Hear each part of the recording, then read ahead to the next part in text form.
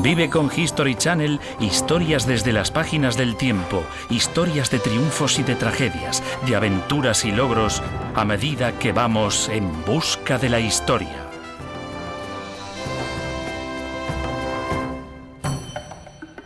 Volvamos al primer gran centro mundial del saber, un lugar donde los sabios eran los reyes. Descubra un almacén de antigua sabiduría cuya grandeza no pudo salvarlo de la destrucción. La Biblioteca de Alejandría. La Biblioteca de Alejandría en el Antiguo Egipto fue algo más que una simple biblioteca. Fue el primer centro de investigación del mundo. Alejandría invitaba a dignatarios de todo el mundo a estudiar en las salas de su biblioteca. Los estudiosos residentes en la ciudad podían vivir, comer, aprender y trabajar con los visitantes que traían nuevos e importantes conocimientos a Alejandría. Aparentemente, todo lo que queda de la legendaria biblioteca es esta moderna excavación llamada el Serapeo, la estructura secundaria construida cuando la biblioteca original empezó a desbordarse con libros y gente.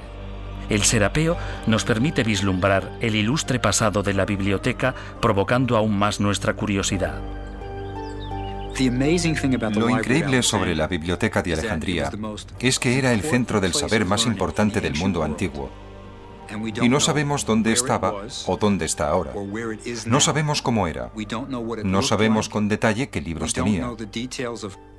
No sabemos quiénes estuvieron allí. Hay más cosas que no sabemos que cosas que sabemos, y fue quizás el fenómeno más importante de la historia intelectual del hombre.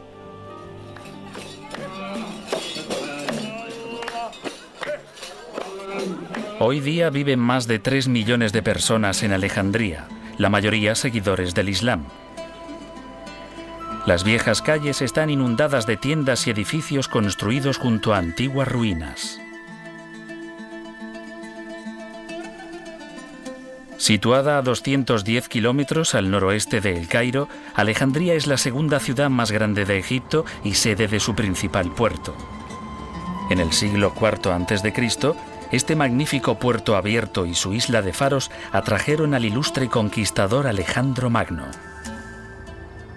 Cuando Alejandro fundó la ciudad en el año 332 a.C., eligió este lugar para su localización.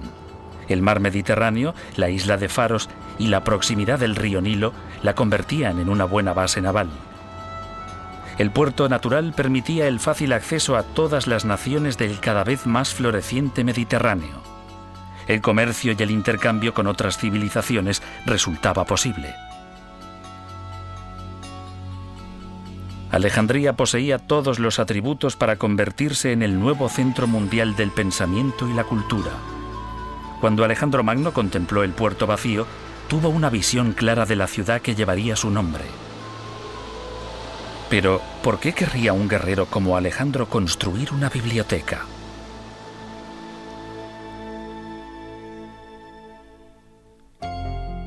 Mucho antes de que Alejandro penetrase en Egipto, generaciones de griegos luchaban por desvelar los enigmas de la existencia. Todo estaba abierto a la investigación. Atenas, en Grecia, se convirtió en el centro intelectual de la antigua Grecia.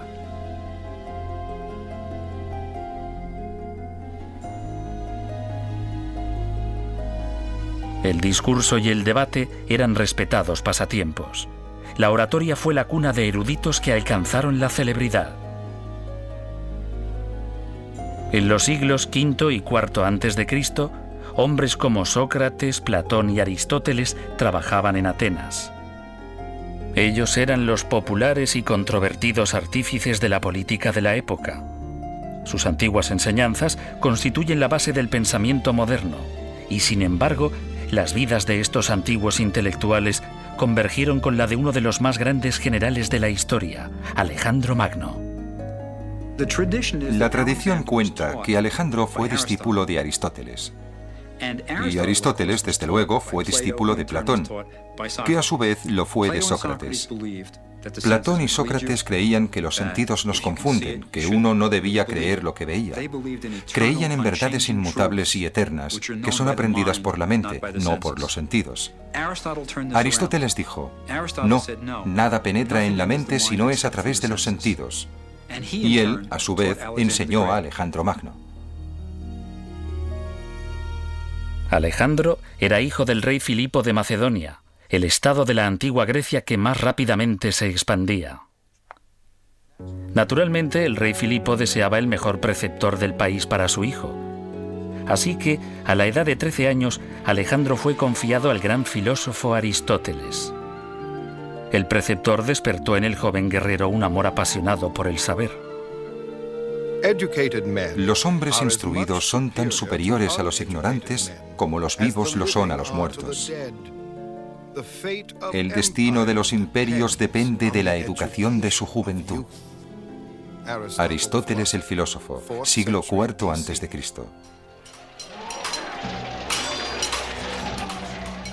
Alejandro consideraba el conocimiento como un arma para el poder. En su lucha para conquistar el mundo una década más tarde, Alejandro llevaba consigo en las batallas una copia de Aristóteles de la Ilíada de Homero. El guerrero era también un poeta. Guiando a su impresionante ejército a través de Asia hasta la India occidental, el joven general inspiraba admiración. Su campaña para defenderse de la dominación persa penetró como una lanza en el mundo antiguo, ganándose el apoyo de ejércitos, imperios y países. En el otoño del año 332 a.C., Alejandro penetró en Egipto en su campaña mundial. Egipto, entonces una provincia persa, aclamó a Alejandro como al liberador de la opresión persa. Recibido como soberano, Alejandro fue coronado faraón de Egipto. Durante casi 3000 años, Egipto había sido gobernado por faraones divinos. Esos antiguos faraones eran el vínculo entre sus mortales súbditos y los propios dioses. Los faraones egipcios eran considerados dioses en vida y después de la muerte.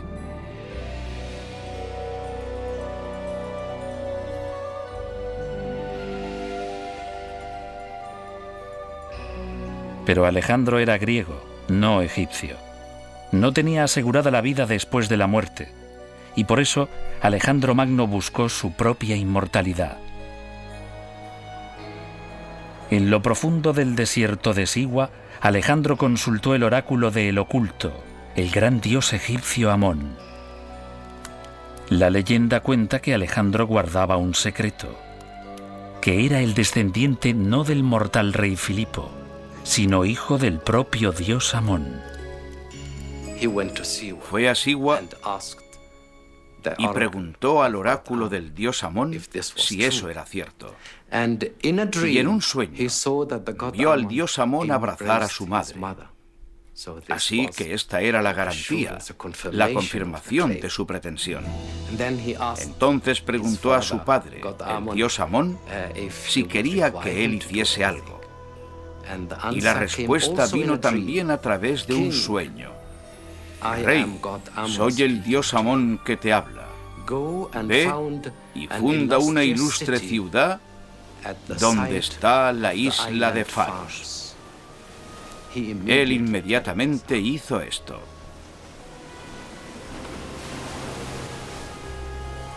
En el sueño, el dios Amón abrazaba a la madre de Alejandro, mientras que en la realidad Alejandro abrazó a Egipto y fundó Alejandría. En el año 332 a.C., decretó que esta ciudad sería el centro del saber del mundo conocido, un imán cultural que atraería a los hombres de talento de todo el mundo. En el corazón de la ciudad habría una institución de enseñanza sobre la que podrían erigirse otros imperios, un lugar de ciencia y literatura. La biblioteca sería un universo independiente de sabiduría acumulada. Los arquitectos diseñaron los planos de la nueva ciudad, pero tras solo 6 meses en Egipto, Alejandro partió a otro lugar a continuar con sus peligrosas aventuras. Parecía que iba a conquistar el mundo, pero en el año 323 a.C., debilitado por las heridas y la fiebre, posiblemente envenenado, Alejandro Magno murió inesperadamente. ¿Qué ocurriría con su soñada ciudad? ¿Compartirían los nuevos soberanos la sed de conocimientos de Alejandro? La biblioteca de Alejandría aún tenía que ser construida cuando su mentor murió. ¿La contemplaría el mundo alguna vez?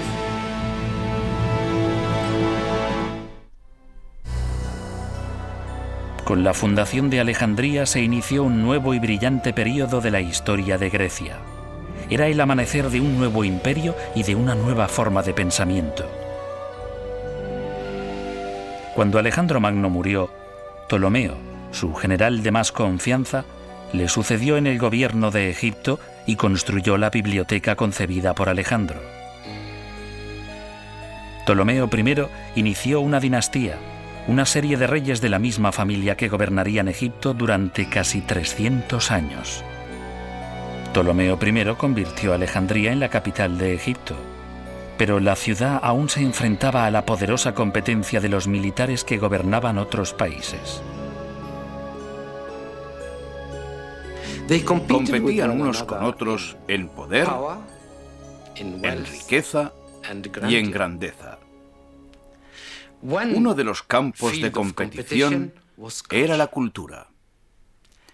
Ptolomeo quería que su ciudad fuese no solo la capital de un poderoso país, sino un centro de ilustración, conocimiento y aprendizaje. Los primeros ciudadanos de Alejandría eran egipcios, soldados macedonios, una gran comunidad judía e inmigrantes griegos. Gracias a Ptolomeo, Alejandría empezó inmediatamente a atraer a influyentes intelectuales de todo el mundo griego. Ptolomeo I era un hombre de voluntad de hierro y gran inteligencia. Se rodeó de un círculo de importantes hombres ilustrados en los campos de la literatura, la filosofía y la ciencia.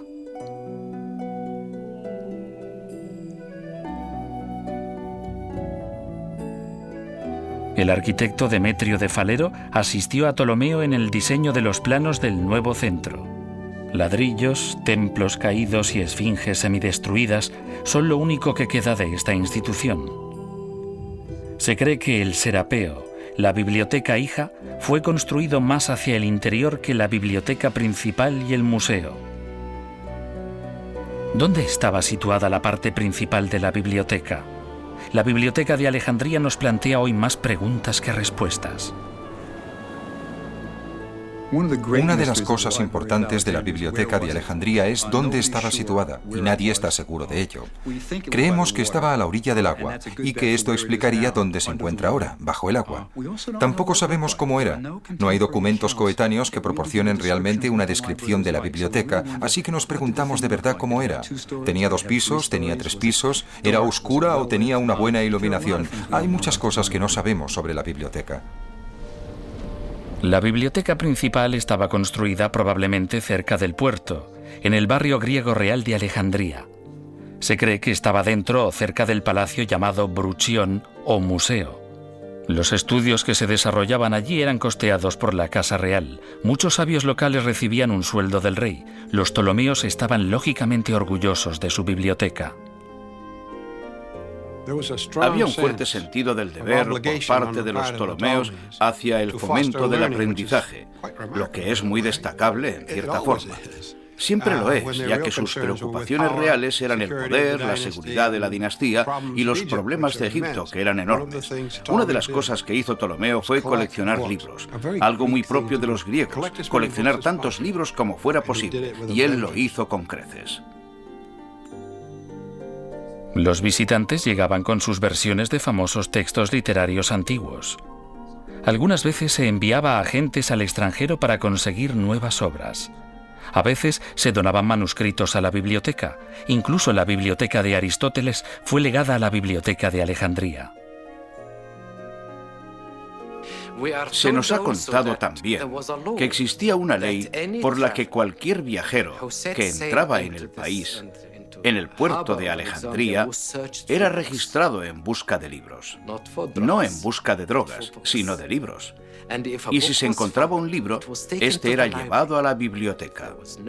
Si no había allí una copia de él, era confiscado y el viajero compensado.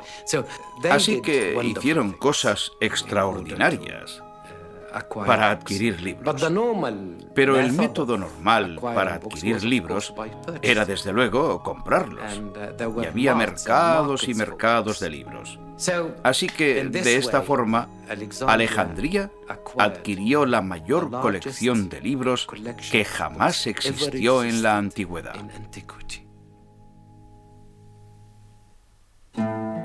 ¿Cuántos manuscritos contenía la biblioteca de Alejandría?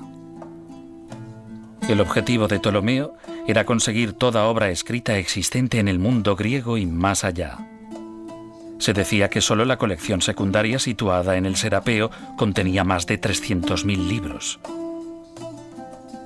Pero con el paso del tiempo, la colección creció todavía más. No sabemos cuántos libros había. Las autoridades en la materia dicen que alrededor de 400 a 500.000, lo que supondría una biblioteca increíblemente grande según todos los estándares. Pero el recuento de libros es una ciencia muy inexacta. En la biblioteca de Alejandría, los manuscritos no solo eran almacenados. Eran utilizados como fuentes de investigación y de referencia para los nuevos estudiosos. Y los libros más valiosos eran copiados por escribas locales e intercambiados por libros de otras partes del mundo antiguo. Algunas de las obras más importantes de la historia se habrían perdido para siempre de no haber sido copiadas en Alejandría. Lo más importante de la biblioteca y del Museo de Alejandría es que hacían lo que una gran biblioteca hace: difundían el conocimiento. Cuando entras en una biblioteca y coges un libro, estás realizando una de las grandes funciones culturales básicas y la biblioteca está cumpliendo su misión. Cada obra debía ser catalogada, posiblemente referenciada y colocada en su lugar.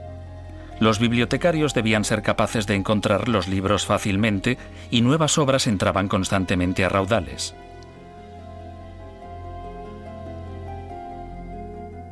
Además de nuevo material para la biblioteca, venían más visitantes. Alejandría atraía a los estudiosos y su presencia aumentaba su reputación como el centro más importante del aprendizaje y el conocimiento de la época. El anatomista Herófilo abrió una escuela de medicina en el Bruchión. Antes de Alejandría, los médicos utilizaban a animales para la investigación de la anatomía humana. Se rumoreaba que, mucho antes de que se realizasen operaciones con anestesia, los científicos de Alejandría operaban directamente a personas vivas. No existen pruebas de ello, pero Herófilo fue uno de los primeros en realizar reconocimientos médicos de cadáveres humanos. Por tradición, los griegos tenían prohibido realizar disecciones. Estaba prohibido realizar incisiones en cuerpos humanos. Para los griegos era casi un sacrilegio. Pero en suelo egipcio existía la tradición de los embalsamadores egipcios, que durante 3000 años habían estado diseccionando cuerpos. Así que en la Escuela de Medicina de Alejandría, por primera vez, los médicos pudieron hacer prácticas en cadáveres humanos. Y en Grecia, en Atenas, por ejemplo, había médicos que decían: ojalá hubiese estudiado en Alejandría, porque allí se pueden realizar disecciones humanas. Así que en la biblioteca de Alejandría había, en cierto sentido, más libertad que en cualquier otro lugar, y especialmente en la Escuela de Medicina, y esta era una de sus características más importantes. Además de la literatura y la medicina, la investigación en Alejandría bajo el auspicio de los Ptolomeos favoreció el estudio de las matemáticas. El fundador de la geometría, Euclides, vivió en Alejandría y publicó un libro de texto que reemplazó todos los anteriores. También abrió una escuela. La geometría estudiada en la escuela primaria es desde luego la de la biblioteca de Alejandría. Euclides explicaría los resultados de los teoremas básicos que otros habían creado y hoy todavía se puede ver en cualquier libro de introducción a la geometría el nombre de uno de los hombres que trabajó y estudió en la biblioteca. Poco se sabe sobre la vida personal de Euclides, pero existe una leyenda. Cuando Euclides mostró su nueva obra al rey Ptolomeo, el rey le preguntó si había algún camino fácil hacia el conocimiento. La respuesta de Euclides fue: no hay caminos reales hacia la geometría.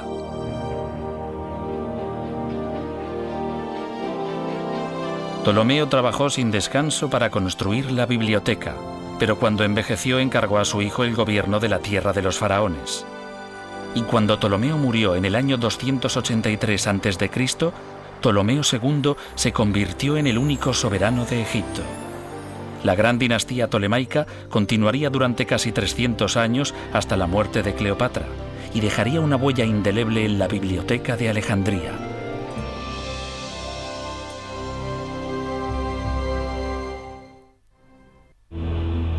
El segundo Ptolomeo cumplió con los deseos de su padre y de Alejandro Magno, y la Biblioteca de Alejandría floreció en el siglo III a.C. Ptolomeo II gobernó con su hermana, y bajo su reinado la biblioteca y el museo crecieron y prosperaron. Fue la Edad de Oro de Alejandría. Además de ampliar la biblioteca y el museo, Ptolomeo II construyó la última de las 7 maravillas del mundo antiguo: un faro colosal en la isla de Faros.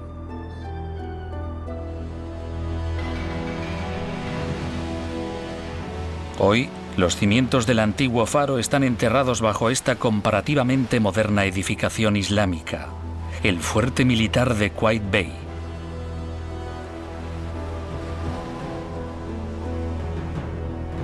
Pero en la época tolemaica, los viajeros que llegaban a Alejandría contemplaban el primer faro de la historia diseñado arquitectónicamente, una maravilla de la construcción de 3 niveles de unos 120 metros de altura.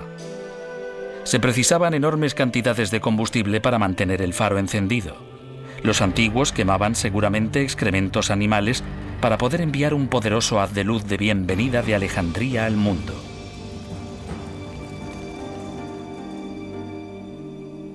Los viajeros guiados por el faro eran atraídos a la biblioteca, seducidos por los tesoros de sus manuscritos.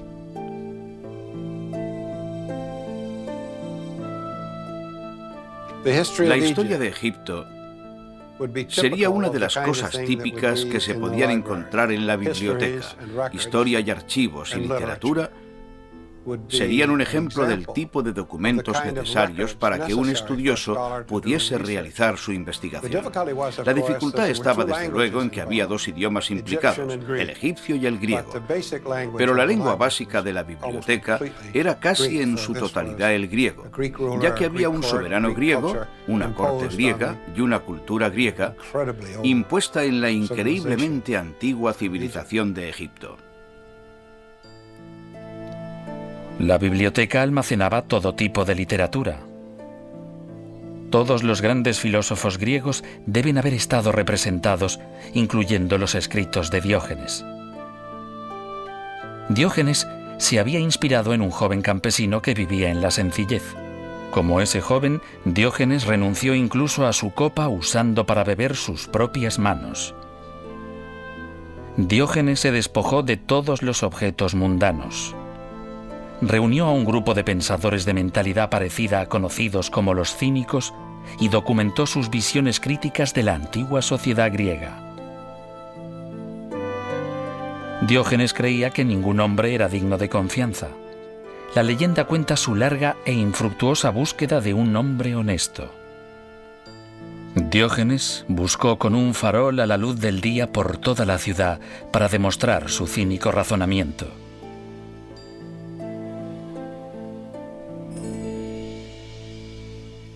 Los manuscritos de Diógenes el Cínico constituyeron una parte de la inmensa colección de la biblioteca.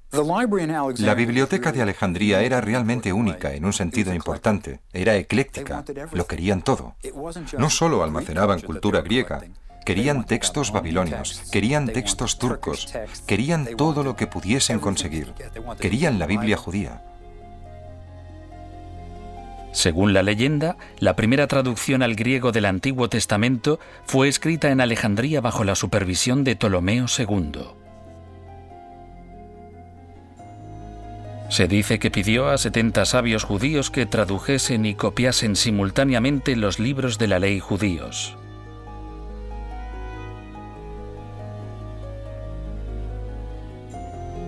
El texto estaba en hebreo, pero en Alejandría había una enorme comunidad judía. Parece que esa comunidad fue rápidamente helenizada y que el hebreo dejó de hablarse y entenderse.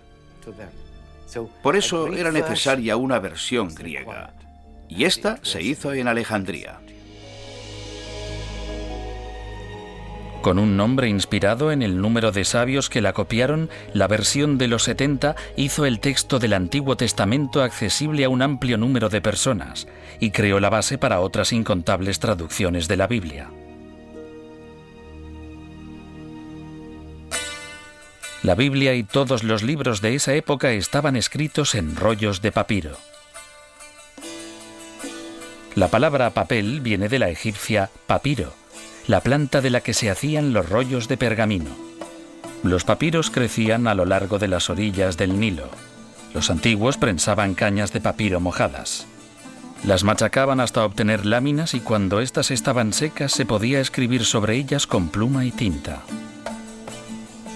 Un escriba tardaba mucho en terminar un libro, y no creo desde luego que se tomasen el trabajo como nosotros lo hacemos. Nosotros nos volveríamos locos tratando de copiar un libro a mano en un papiro, pero era una profesión famosa, y algunos escribas se convirtieron en gente importante. Desde luego, en aquel entonces ser capaz de leer y escribir era casi mágico. La astrología y la astronomía fueron ciencias famosas a lo largo de la existencia de la Biblioteca de Alejandría.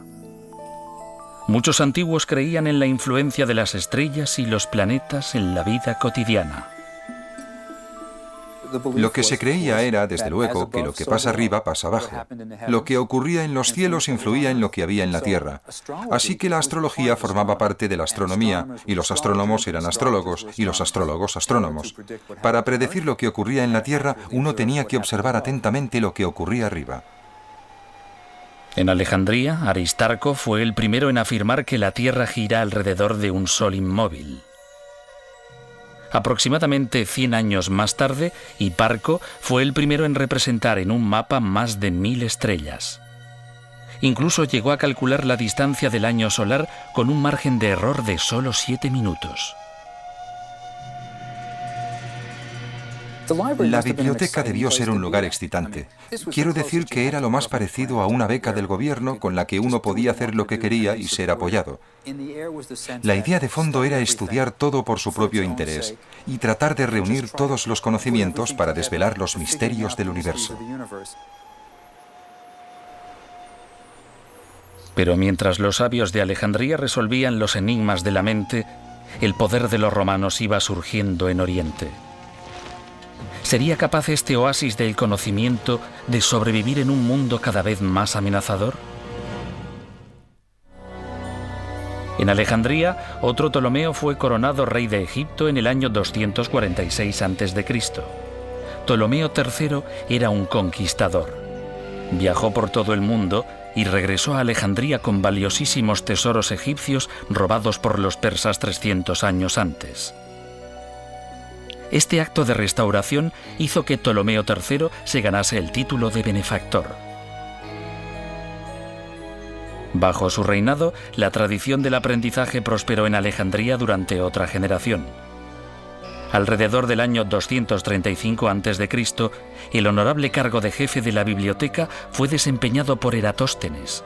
Siguiendo la tradición, el influyente erudito también sirvió como preceptor de la familia real. Este sabio de 40 años de edad dominaba una gran variedad de materias, desde la poesía hasta la ciencia.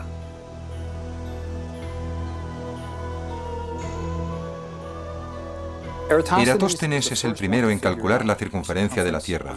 Es importante resaltar que a todos nos enseñaron en la escuela que Colón fue el que demostró que la Tierra era redonda.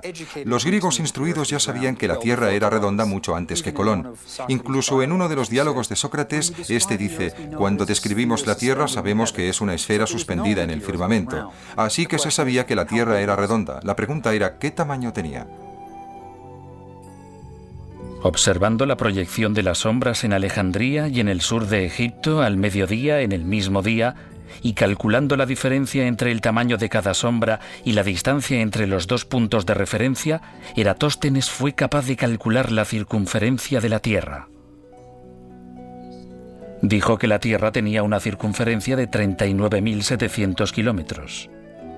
Sorprendentemente, solo se equivocó en unos 322.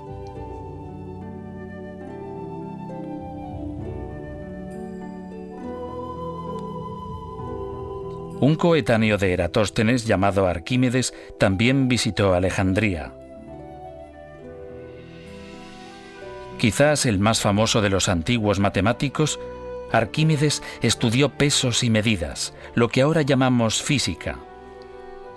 El principio de los vasos comunicantes de Arquímedes todavía se estudia hoy. En la cumbre de su popularidad, raudales y raudales de grandes pensadores pasaron por Alejandría. Pero con el tiempo, el brillo de la biblioteca empezó a desaparecer.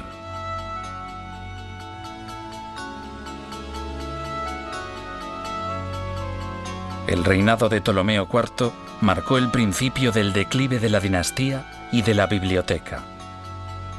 Otros centros mundiales del saber emergieron para sustituirla. Cerca del mar Egeo, la biblioteca de Pérgamo rivalizaba con la de Alejandría en cultura y esplendor. Y cuando la influencia de los romanos se extendió por todo el mundo, incluso la gran dinastía tolemaica se vio amenazada por el Imperio de Roma. En el año 48 a.C., cuando el general romano Julio César llegó a Egipto, el soberano del país era la reina Cleopatra, de solo 19 años, quizás la más famosa y legendaria de todos los Ptolomeos. La mitología que rodea la figura de Cleopatra empieza con su propio origen. A menudo pensamos en ella como egipcia. No, era de pura sangre griega. Era la descendiente directa de ese Ptolomeo, que fue uno de los comandantes de Alejandro. Ella era sin duda el faraón, la reina diosa de Egipto. Poseía una elevada inteligencia y era una persona bastante extraordinaria, según todos los estándares. Cleopatra se enfrentó a Julio César sin temor. Aunque César vino a conquistar Egipto, fue Cleopatra la que conquistó el corazón de César. Se dice que en su primer encuentro ella apareció desnuda ante él, desarmando al brillante romano con sus maneras encantadoras y sabiduría política.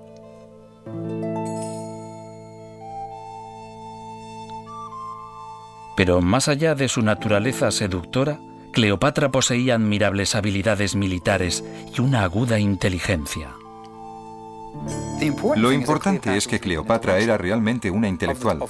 De todos los Ptolomeos, Cleopatra fue la única que sabía hablar egipcio. Era sabido que podía recibir a los que venían a su corte en sus propios idiomas, y probablemente cuando César llegó y cuando Marco Antonio llegó, pudo hablar con ellos en latín. Así que Cleopatra seguramente tuvo un interés activo en la biblioteca, casi con seguridad como una intelectual. Se dice incluso que Cleopatra escribió algunas obras que pudieron estar en la biblioteca.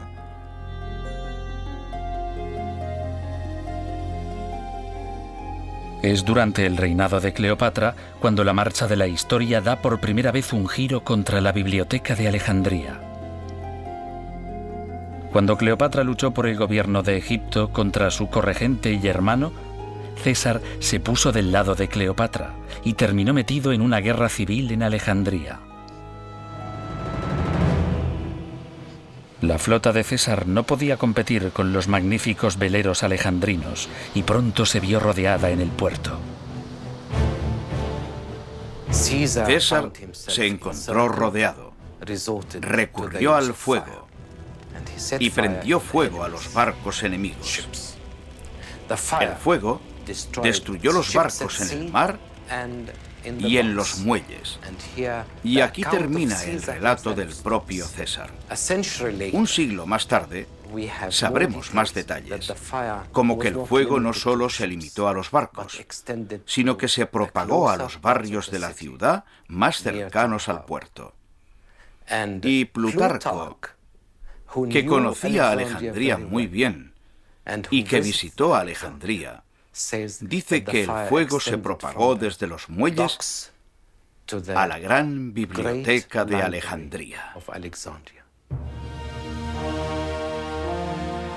Según el antiguo historiador Plutarco, la biblioteca fue destruida accidentalmente por un incendio que se propagó desde el puerto. Pero algunos historiadores modernos creen que el incendio destruyó algunos depósitos que contenían solo una porción de la colección alejandrina de manuscritos. ¿Resurgió la Biblioteca de Alejandría de entre sus cenizas para continuar con su tradición de enseñanza? Tras la muerte de César en el año 44 a.C., su sucesor, Marco Antonio, ofreció a la reina Cleopatra miles de libros comprados a su rival, la Biblioteca de Pérgamo. Esta oferta fue realizada posiblemente para reemplazar los libros quemados por César. Marco Antonio, como César antes que él, apoyó a Cleopatra contra la oposición en Alejandría. Pero en el año 31 a.C., los dos fueron derrotados en la batalla naval de Accio. Marco Antonio se suicidó y su amante, la reina Cleopatra, pronto le siguió.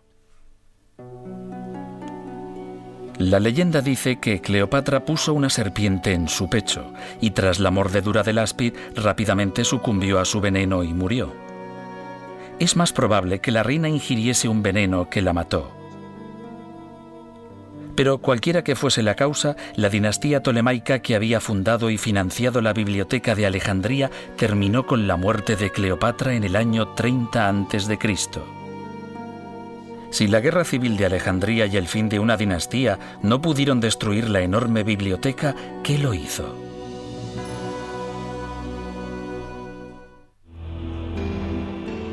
Con el fin del gobierno tolemaico en el año 30 a.C., Alejandría se convirtió en la capital de una provincia romana reclamada por el sobrino nieto de Julio César, César Augusto, el primer emperador romano.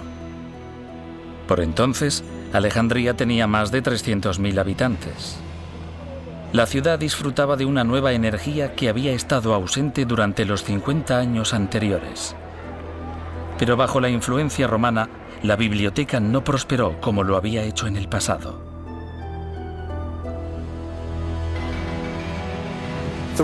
Los romanos tenían un concepto del aprendizaje distinto a los griegos. No tenían iniciativa intelectual, no disfrutaban con el mero hecho de aprender, con la razón pura. Así que cuando los romanos llegaron, les gustaba el lujo, les gustaba lo de ser momificados, les encantaba la idea de la inmortalidad, pero mantener la biblioteca ya era otra cosa. Pero la biblioteca siguió todavía produciendo estudiosos dedicados a la investigación. Claudio Ptolomeo, un romano de ascendencia griega, nació aproximadamente a finales del primer siglo de nuestra era. Fue educado en la biblioteca y el museo y publicó libros sobre geografía y ciencia. Partiendo de la obra anterior de Hiparco, Claudio escribió varios volúmenes sobre astronomía y astrología. Claudio defendió la idea de que la Tierra era el centro del sistema solar.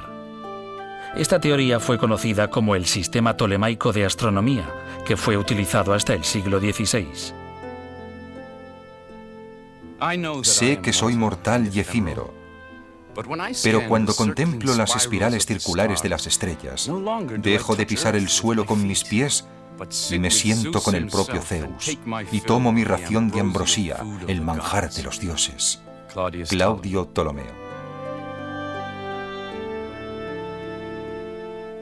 Claudio Ptolomeo vivió durante una época relativamente pacífica de la historia de Roma. Pero hacia el año 200 de nuestra era, Alejandría se enfrentó a la invasión y el saqueo extranjeros. Los días más brillantes del aprendizaje y el conocimiento habían terminado para siempre en la gran ciudad. La causa precisa de la destrucción final de la biblioteca se ha perdido en el tiempo. Los relatos procedentes de diversas fuentes antiguas se contradicen unos con otros y con los modernos historiadores. El tema sigue siendo polémico.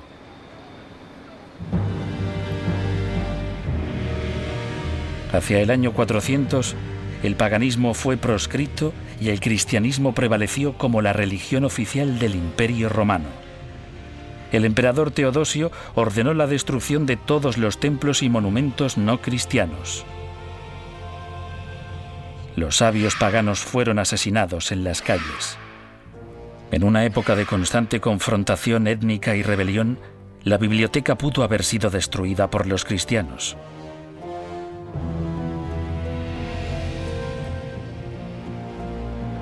En el año 616, Alejandría fue invadida cuando los persas conquistaron Egipto. El mismo siglo trajo a los conquistadores árabes a la tierra de los faraones y con ellos a la religión islámica de Mahoma. Este fue quizás el momento de la historia en que la biblioteca fue finalmente destruida. Creo que hoy la mayoría de las personas que han estudiado el problema dirán que la destrucción real se produjo cuando el gran ejército musulmán cruzó el delta, tomó y saqueó la ciudad. Alejandría se rindió a los musulmanes, que decretaron que, si el contenido de la biblioteca contradecía la fe islámica, debía ser destruido, y si apoyaba la fe islámica, los libros eran innecesarios y debían ser destruidos. La leyenda cuenta que los gobernantes musulmanes ordenaron que todos los libros de la biblioteca de Alejandría fuesen quemados.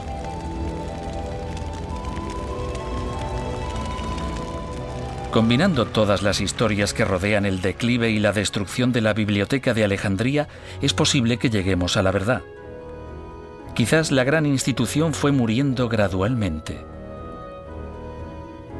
El incendio de César, la falta de financiación, la revolución cristiana, la invasión musulmana y el húmedo clima de la costa de la magnífica ciudad portuaria pueden haber contribuido todos juntos a la pérdida de la mayor colección de manuscritos de la antigüedad. Si sobrevivió algo, debió simplemente desintegrarse. Quizás lo importante sea no cómo desapareció la biblioteca, sino que existiese alguna vez. Creo que lo maravilloso acerca de la biblioteca de Alejandría es que la hicieran, que los Ptolomeos quisiesen apoyar a este grupo de intelectuales que no hacían nada por la economía de Grecia. No aportaban dinero, no hacían ninguna contribución al estilo de vida tolemaico, pero aún así ellos la mantuvieron. El aprendizaje se consideraba bueno en sí mismo, y eso es maravilloso. Los grandes centros de investigación del mundo actual son hijos de la gran biblioteca de Alejandría. Allí, hace 2000 años, el conocimiento era algo codiciado y los intelectuales eran héroes. Es un legado que ilumina nuestro sendero a medida que vamos en busca de la historia.